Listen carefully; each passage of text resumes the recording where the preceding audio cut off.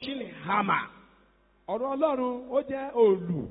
A crushing hammer Òòlù tí a fi that nǹkan. breaks structures, hard structures into pieces. Òòlù tí ó ń lu ohun gbogbo tó ń lù ní. The word of God is a strong hammer. Òòlù tó lágbára. It's also the word of God is also likened to a fire. A tún fi wé iná. In Jeremiah 23:29, Jeremiah orí kẹtàlélọ́gbọ̀n. it's not my word like a fire. Ọ̀rọ̀ mi kò wá dàbí Says the iná. Lord. Ni Olúwa wí. It's also like a fire. Ó dàbí iná. The word of God is a life-giving force. Ọ̀rọ̀ tó ní agbára nínú. John 6:63. Jòhánù orí kẹfà ẹsẹ̀ He said, kẹtàlélọ́gbọ̀n. the words I speak to you, Ọ̀rọ̀ tí mo sọ fún they yín. are spirit Ẹ̀mí ni. and they are life. Ààyè sí ní pẹ̀lú. As you are hearing me right Ẹ ṣe ń now, gbọ́ mi báyìí. life is entering into your soul. Ìyè ń wọnú ayé yín báyìí. If there's anybody, Tí ẹnikẹ́ni bá wà níyìn. any part of your body is dead, Ibi ẹ̀gọ́ ara ẹ bá ti kú. as you are hearing this Bí o ṣe word, ń gbọ́ ọ̀rọ̀ náà. don't forget, Má gbàgbé. during the teaching of Jesus, Nígbà ẹ̀kọ́ miracles iṣẹ́ ìyanu ṣẹlẹ̀. happen. Iṣẹ́ ìyanu During ṣẹlẹ̀. the teaching of our Father in the Lord, Nígbà ìkọ́ni bàbá wa. outstanding miracles. Iṣẹ́ ìyanu tó lágbára. As I'm teaching right Bí mo ṣe now, ń kọ́ ọ báyìí. if there's anybody, Tí ẹnikẹ́ni bá any wà part of your body nínú ayé rẹ. is sick or dead, Tí ó bá jẹ́ kú àbọ̀ ń let ṣàìsàn. there be Kí ìyè kó wà. life. Ìyè kó wọnú àgọ́ ara rẹ yẹn. You cannot hear the word of life O lè gbọ́ ọ̀rọ̀ ìyè. and lack the life of God. Tó wá má ní ìyè Ọlọ́run. You cannot serve the God of peace O lè ní Ọlọ́run àlàáfíà. and lack the peace of O God. má ní àlàáfíà Ọlọ́run. So the word of God Ọ̀rọ̀ Ọlọ́run yẹn o. is powerful. Ó lágbára. It's our weapon of warfare. Ohun ìjà wa ni. When you inhale the word, Nígbà tí ọ̀rọ̀ náà bá ń gbé inú rẹ. when you have swallowed the Tó word, bá gbé ọ̀rọ̀ náà mì.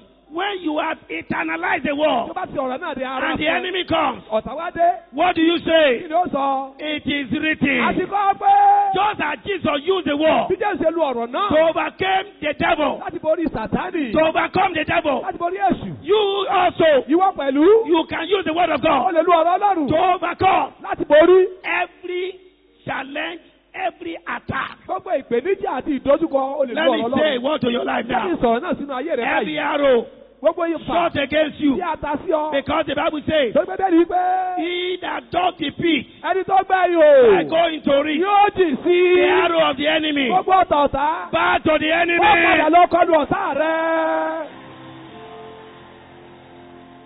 The word of God is the source of our peace. Ọ̀rọ̀ Ọlọ́run ni orísun ayọ̀ wa. Sit down. It's the source of our peace. Ó ní orísun ayọ̀ wa. Psalm 119, Orí Dábìdì verse 119. 165. Ẹsẹ̀ He 165. said, great peace Ó ní àlàáfíà have púpọ̀. they which love the Lord, Àlàáfíà púpọ̀ ni àwọn and tó ń nothing sọ̀rọ̀ náà shall ní. offend them. Kò sí ohun tí yóò sì yọ wọn lẹ́nu. Romans 5:1 says, Róòmù orí karùn-ún. now that we have been reconciled with God, Nígbà yá ti bá we àlàjà. have peace with God. Nígbà tá a bá àlàjà pẹ̀lú Ọlọ́run. Again, you are serving the God of peace. Ọlọ́run àlàáfíà là ń sìn. Let the peace of God reign in your life. Àlàáfíà Ọlọ́run kó máa jọba ní ayé yín. The sufficiency of the word. Bí ọ̀rọ̀ náà ti jẹ́ ọ̀rọ̀ tó tó. Page 24. Ọ̀rọ̀ tí ó tó fún wa. Isaiah 34:16. Àìsáyà orí kẹrìnlélógún. He says, Ọgbọ̀n ẹsẹ̀ seek ye kẹrìnlélógún. out of the book of the Lord and read, no one of these shall fail, none shall want her mate. For my mouth it had commanded, and his spirit it had gathered them. Okay, if you cannot read that, let's move forward. The word of God is sufficient for us. Ọ̀rọ̀ Ọlọ́run tó fún ohun gbogbo fún wa. To know the sufficiency of the word, Láti mọ̀ bí Ọlọ́run ṣe tó. we must put our trust in A Him. gbọ́dọ̀ fi ìgbàgbọ́ wa sínú ọ̀rọ̀ náà. Believe it. Gbàgbọ́. Most of the time, Ní ọ̀pọ̀lọpọ̀ ìgbà. we do not get the best of the scriptures. A ò kì í rí ìtọ́kasí àwọn bíbélì The yìí náà. reason is that we do not meditate or chew the word. Èrèdí ni pé a ò ṣe àṣàrò nínú ẹ̀, a kì í jẹ wọ́n. We must be like ruminants. Ó gbọ́dọ̀ jẹ́ ohun tí a jẹ kú There's náà. the animal called ruminants. Ohun tí a jẹ kú náà. Animal called ruminants. Àwọn ẹranko tó ń pè ní rúmínà. They chew the cord. Ok, wọ́n á jẹ́ They lẹ́nu. chew and put it inside. Wọ́n á pọ̀ sílẹ̀, wọ́n á And tún then jẹ. they go somewhere and lie down. Wọ́n á tún lọ sọ̀bálẹ̀ And kó náà. regurgitate. Wọ́n á wá tún And ṣàṣàrò. begin to chew and Wọ́n á wá jẹ́ digest. Chew àjẹkúná and lẹ́ẹ̀kejì digest. yẹn. Wọ́n mọ̀ máa jẹ́kúná. That's how we should do with the word of God. Ohun tí yẹ ká ṣe pẹ̀lú ọ̀rọ̀ Ọlọ́run nìyẹn. You need, that's why I say when you get home, read this book again. Ó ti gbà yíyànjú tí ẹ bá lọ sílé ẹ lọ sí ìwé ìkà. Digest.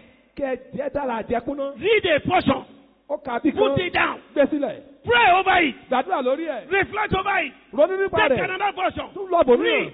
Kà á. Pray over it. Gbàdúrà lé lórí. And And you will see what the word of God wàá can rí do. ohun tí ọ̀rọ̀ Ọlọ́run yóò ṣe I nínú don't ayé have rẹ̀. enough time. Àkókò ò tó fún I mi. will tell you some things that the word of God will do when you are able to chew it, digest it, regurgitate, and internalize it, and apply it. Oh my God. There is no bullet, there is no arrow that will be able to penetrate your life if the word of God stays in you. Nígbà tí Ọlọ́run bá ń gbé inú yín tẹ́ ẹ jẹ́ tẹ́ ẹ tún jẹ́ ní àjẹkúná kò sí àrò kan tí ó wọnú ayé yín. Let's look at page 25 because of time. The power of the word. I've said a lot about that. Ó jẹ́ ìwé kejìdínlọ́gbọ̀n báyìí. The power of the word. Agbára ọ̀rọ̀ náà. Romans 10:17. Róòmù orí kẹwàá ẹsẹ̀ So then, kẹtàlélógún. faith comes by hearing, and hearing the word of God. Ǹjẹ́ nípa gbígbọ́ ni ìgbàgbọ́ ti wá àti gbígbọ́ nípa ọ̀rọ̀ Ọlọ́run. Our Father, the Lord says something here. Bàbá Adúlọ́ Olúwa sọ̀rọ̀ níyìn. He said, I read an account in a book that aptly demonstrates the power of the word of God. The event took place in Nigeria, but was recounted in a book published by published overseas. He said he told Yavi that an ex-legislator in the Butch House of Representatives, a Muslim, whose name was withheld, had a daughter who was reading the New Testament. He decided to join her in the exercise. As he continued, the Spirit of God began to illuminate his heart. Not too long, he was convinced and convicted that Jesus Christ is the Son of God and the Savior of the world. And then it was as a result of this that he wrote to the publishers of the book. Part of what he wrote says, if anybody had come to speak to me about what I discovered in the New Testament, I would have disputed it violently. I would have not agreed at all. But now, I have read it myself, and I know now, and I am convinced that Jesus Christ is the Son of God, the Savior of the world. Jésù Kristi ni ọmọ Ọlọ́run, olùgbàlà gbogbo ayé. There is nobody that the word of God cannot change. Kò sí ẹnikẹ́ni tí ọ̀rọ̀ Ọlọ́run ò lè yí padà. I am a living witness. Mo jẹ́ ẹlẹ́rìí tó wà láàyè. I was a dangerous person. Mo jẹ́ aléwu ènìyàn tẹ́lẹ̀. Living in sin. Mo ń gbénú ayé ẹ̀ṣẹ̀. After sin. Ẹ̀ṣẹ̀ púpọ̀. I was wicked. Mo jẹ́ ẹni tó burú. I hate anybody who preach the word. Ẹni tó bá ń gbà sọ̀rọ̀ náà mo kórìíra wọn. And I was on my way to hell. Mo ń lọ sí ọ̀nà ọ̀run àpáàdì. When one day, ní ọjọ́ kan, I heard the word as you are hearing it. mo gbọ́ ọ̀rọ̀ náà tí ìwọ náà ṣe ń gbọ́rọ̀ yìí. My parents could not change me. Àwọn òbí mi ò lè yí mi padà. They did everything to change me, they could Wọ́n ṣe owó not. láti yí padà, wọn ò lè yí mi padà. I did all kind of bad things. Ohun gbogbo ibúburú ni mò ń ṣe. I was a thief. Olè ní mí. I will steal Màá jalè. and do all kinds of things. Màá tún sákúrò bẹ́ẹ̀. They used razor blade to cut the back of my hand Wọ́n wọ abẹ́fẹ́lẹ́ láti. and put pepper on it Wọ́n fi ata sí i. so that I will stop Kí stealing. má bàa jalè mọ́. I did not stop. Mi ò dáwọ́ They dúró. cut my body. Wọ́n já ara mi I did lábẹ́. not stop. Mi ò dáwọ́ dúró. But one day, Ọjọ́ kan, a man of God was preaching èèyàn Ọlọ́run gbà á sí. and I was listening. Mo wá fetí sí. And the word caught my heart. Ọ̀rọ̀ náà wọnú ọkàn mi. And I became so convicted. Mo wá di ẹni tí ọkàn rẹ̀ I yí padà. went down, I cried for my Mo sin. kúlẹ̀, mo sọkún nítorí ẹ̀ṣẹ̀ mi. And a wicked person changed. Ènìyàn búburú ó wá yí padà. And today is the one preaching to you. Òun náà mo wá ń wàásù fún yín báyìí. Who can God not change? Táni Ọlọ́run ò lè yí padà. The word of God is Ọ̀rọ̀ powerful. Ọlọ́run lágbára. The most wicked person can be Ẹni changed. tó burú jùlọ, Ọlọ́run lè yí padà. If you are hearing me now, Mo bá ń gbọ́ mi báyìí. you have not been changed. O ò tí ì yí As padà. the word is coming to Ọ̀rọ̀ you, náà ṣe ń tọ̀ wá báyìí. your life will be changed forever. Ayé ayé rẹ padà sí rẹ títí láé. The power of the word of God Agbára ọ̀rọ̀ Ọlọ́run. cannot be overestimated. A ò lè sọ bí agbára rẹ ṣe tó. There is power in the word Agbára wà nínú ọ̀rọ̀ náà. to change the most wicked. Láti yí ẹni tó burú Paul jùlọ the padà. apostle testified. Paul apostoli sọ He said, bẹ́ẹ̀. I'm the worst of all sinners. Èmi ni mo burú jùlọ ẹlẹ́ṣẹ̀. But God's word changed him. Ṣùgbọ́n ọ̀rọ̀ Ọlọ́run yí i padà. Parents, Ẹ̀yin òbí. if you have a child that is very bad, Ẹ ní ọmọ kan tó burú púpọ̀. don't give up. Má máa sọ̀rọ̀ ìsínú lórí rẹ o. God who changed me Ọlọ́run tó yí mi padà. will change your child. Yóò yí ọmọ yín padà. I prophesy to the life of that child. Mo sọ tẹ́lẹ̀ sí ayé ọmọ rẹ. No matter how far he has gone, Ó ti lè wù kí ọmọ yín burú. that child is coming back to be a preacher of the Ọmọ rẹ padà yóò wá gospel di olùwàásù like ọ̀rọ̀ me. Ọlọ́run lórúkọ Jésù. If you believe it, say amen. Amen. The power of the word Agbára ọ̀rọ̀ náà. cannot be overemphasized. A ò lè sọ àsọdùn nípa bó ṣe lágbára tó. what makes the Bible different from other books Ohun tí ó mú kí Bíbélì yí yàtọ̀ sí àwọn ìwé is mìíràn. that it is a living book. Bíbélì jẹ́ ìwé tó wà láàyè. There is power there. Agbára wà níbẹ̀. But that doesn't mean you just put it under your pillow Eléyìí ò túmọ̀ sí pé kó fi sórí abẹ́ ìrọ̀rí rẹ o. and think it's like that. Kó o rò pé bó ṣe ń ṣiṣẹ́ nìyẹn. It is the word in you Ọ̀rọ̀ náà nínú rẹ. that is bringing power when it's activated by faith. Ọ̀rọ̀ náà nínú rẹ tí o bá ti gbàgbọ́ gbà tó fi gbàgbọ́ lò. As I close, Tí mo ṣe mọ mo wá sí in ìparí. conclusion, Ní ìparí. look at page 26 and page 27. Ojú ewé ẹgbọ̀n ní Yorùbá. Look at it. Ojú ewé ọgbọ̀n. And this is very important. Ìparí ó ṣe pàtàkì. Matthew 5:6. Máàtì orí karùn-ún ẹsẹ̀ kẹfà. Blessed are they which do hunger and thirst after righteousness, Alábùkún fún ní àwọn tí ebi ń pa tí òǹgbẹ́ sì ń gbẹ sípò ọ̀nà òdodo. for they shall be filled. Nítorí pé wọn ò yó. He taught me also. That's Proverbs 4:4. Ìwé òwe orí kẹrin ẹsẹ̀ kẹrin. He taught me also Ó tún kọ́ mi and pẹ̀lú. said to me, Ó wí pé let thy heart retain my words. jẹ́ kí ọ̀rọ̀ rẹ kó gbọ́ ọ̀rọ̀ mi Keep ọ̀rọ̀ rẹ my dúró. commandments. Pa òfin mi mọ́. And Jesus said, Jésù sì wí pé if you keep my words, bí ìwọ bá pa ọ̀rọ̀ mi mọ́. it is then you are my disciples indeed. Nígbà náà ni ẹ̀yin jẹ́ ọmọ ẹ̀yìn mi ní tòótọ́. In conclusion, Ní ìparí, we must a gbọ́dọ̀ study the word, máa kọ́ ọ̀rọ̀ náà. meditate on the Ká máa word, ṣe àṣàrò nínú ẹ̀. digest the word, Kí á jẹ ọ̀rọ̀ náà kúnnákúnná. apply the word, Kí á mọ̀rọ̀ náà lò.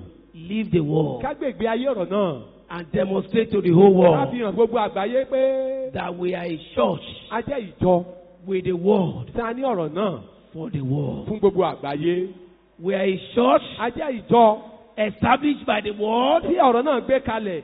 living by the Tí a ń word, gbé ìgbé ayé nínú ọ̀rọ̀ náà. preaching the Ìjọ word, tó ń wàásù ọ̀rọ̀ náà. and believing the Ìjọ word, tó gba ọ̀rọ̀ náà gbọ́. and trusting the Tó word. gbẹ́kẹ̀lé ọ̀rọ̀ náà. Let the whole world know Kí gbogbo ayé lọ. that we don't have any other thing Yeah. except the Bible. Bí àbá ní òmíràn mọ́ àti Bíbélì nìkan. We believe nothing else except the word of God. Gba nǹkan mìíràn gbọ́, ọ̀rọ̀ Ọlọ́run nìkan la gbàgbọ́. Let's not put our faith in other Ẹ things. má fi ìgbàgbọ́ yín sí ohun mìíràn. Don't put your faith in water. Má fi ìgbàgbọ́ yín sínú omi. Even though we use anointing oil for prayer, don't put your faith in anointing Má oil. fi àfi ẹ̀gbà òróró gbàgbọ́. I use it. Ìgbàgbọ́ yín sínú òróró. But that is not to replace the word. Mò ń lo ṣùgbọ́n eléyìí ò dí ọ̀rọ̀ Ọlọ́run The lọ́wọ́. word of God is above all. Ọ̀rọ̀ Ọlọ́run ju ohun gbogbo lọ.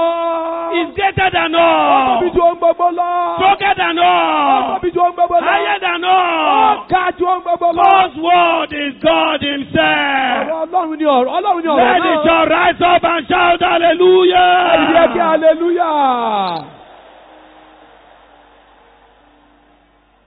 Our statement of purpose. Keep standing. I'm done. Ohun tí ìjọ Keep gọ́ọ̀mẹ̀ntì standing. dúró lé lórí. Our statement of purpose Ohun tí ìjọ gọ́ọ̀mẹ̀ntì dúró lé lórí. is very clear. Ó hàn gbangba, ó yé ni We kedere. exist to preach the word, Láti wàásù ọ̀rọ̀ náà. to teach the word, Láti kọ́ni ní ọ̀rọ̀ náà. and to live the word. Láti gbé ìgbé ayé ọ̀rọ̀ náà. There is nothing as clearer as that. Kò sí ohun tí ó rọrùn láti yé ènìyàn ju We eléyìí lọ. must not depart from it. A ò gbúdọ̀ kúrò nínú ẹ̀. Our founding fathers gave us the word. Àwọn bàbá wa àtiwájú wọn They pa lọ́rọ̀ gave yẹn. birth to us by the word. Ọ̀rọ̀ náà ni wọ́n fi bí wa. They nurtured us by the Wọ́n mú word. wa dàgbà nínú ọ̀rọ̀ They náà. brought us up by the Wọ́n mú word. wa dàgbà sókè nípa ọ̀rọ̀ Some of náà. us now speak in international conferences. Àwa tí a wá ń sọ̀rọ̀ níbi gbọ̀ngàn tó They lágbára. brought us up to that level. Wọ́n mú wa sókè dé ipò yẹn ni. And we must not depart from it. A ò gbọ́dọ̀ kúrò nínú ọ̀rọ̀ náà. Now take your Bibles, Gbé everybody, Bíbélì rẹ ni. Gbogbo ènìyàn gbé Bíbélì and say yìí. after me. Kẹ́ ẹ wí ìtẹ̀lé mi. Say by the grace of God, Nípa orí ọ̀fẹ́ Ọlọ́run. as a member of government, Gẹ́gẹ́ mọ́ ọmọ ìjọ gọ́fà mi. I, Èmi Emmanuel, Emmanuel. Toluwalemi Ose, Olúgbadé. Oluwayemi, Adéwálé. I will not depart from this Ìbú word ònú ọ̀rọ̀ yìí o. that is handed over to Ọ̀rọ̀ us tí a gbélé wa lọ́wọ́. by our founding fathers. Báwo bàbá wa àṣíwájú? We will preach it, A ó wàásù rẹ̀. we will live it, A ó lò ó. we will teach A ó it, kọ́ni. we will demonstrate it to the Ọ̀rọ̀ world. náà hàn gbogbo àgbáyé. Let me hear your Ṣé àmì amen. dáradára? God bless you. Olúwa bùkún fún yín. God bless you. God bless you. God bless you. I will not make altar call because of time. Nítorí àkókò mi ò ní pe àwọn I èèyàn wá will pray for síwájú. you. Wọ́n gbàdúrà fún yín. And then we allow questions. A ó fi àyè sílẹ̀ fún ìbéèrè. Maybe yesterday or today, our Father is here to answer. Àti tànà àti tòní bàbá Olúwa wà níyìn láti dáhùn. Can you step on your hand? Step Ṣé on ẹ your lè hand. gbé ọwọ́ yín sókè báyìí? Lift up your hand. Lift Ẹ up gbé your ọwọ́ hand. kọjá orí yín. Lift up your hand. Ẹ gbé kọjá orí yín. As I pray for you. Bí mo ṣe ń gbàdúrà fún yín. Thank you, Father. Bàbá ẹ ṣé o. Thank you, Jesus. Jésù ẹ ṣeun. Thank you, Holy Spirit. Ẹ̀mí mímọ́ ẹ ṣé. Everyone hearing my voice now. Because in the beginning was the Word. The Word was with God. And the Word was God. Nothing was made without this Word. And the Word became the light of men. And light shines in darkness. And darkness could not comprehend it. Even our morning devotion this morning, it talks about light shining and shining. So darkness will not comprehend.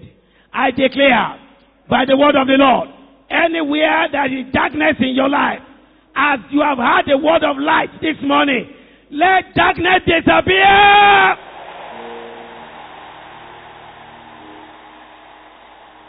Receive the power of the word. Receive power to study the word. Receive power to meditate the word. Receive power to memorize the word. Receive power to digest the word. Receive power to be the doer. Receive power to apply the word. Your life will not be the same again. You are blessed in the name of the Father, of the Son, and of the Holy Ghost. God bless you. Kí Olúwa kó bùkún fún yín.